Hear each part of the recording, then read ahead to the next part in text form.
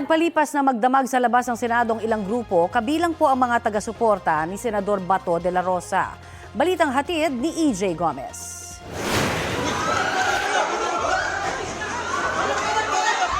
Kasunod na mga putok ng baril sa loob ng Senado kagabi,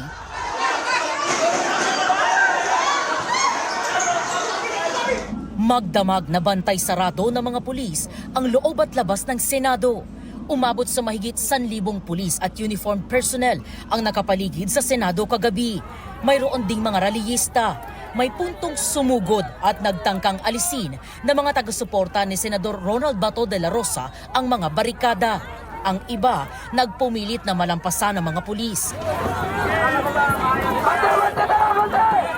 Nakita rin natin si Senador Tito Soto nang lumabas ng Senate compound.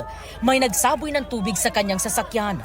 Sa isang Facebook post, ipinahayag ni Soto ang kanyang pagkadismaya sa PNP at iba pang security personnel.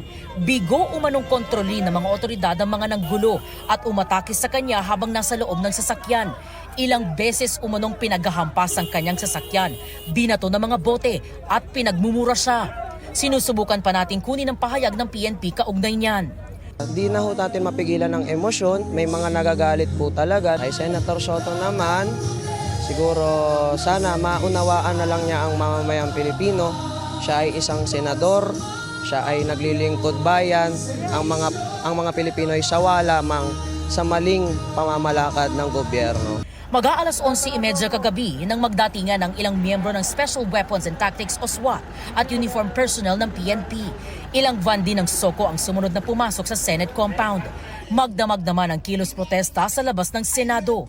Ilang grupo ng mga rallyista ang nanawagang makulong si Senador Bato de la Rosa at malitis si Vice Presidente Sara Duterte. Ang mga taga-suporta naman ni De La Rosa may bitbit pang standee. Naroon din si Cavite 4th District Representative Kiko Barzaga at dating Congressman Mike Defensor.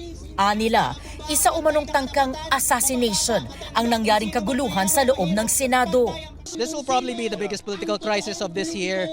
President Marcos must be investigated for his involvement in the Senate assassination attempt because this is the first time it happened in our history. Command responsibility.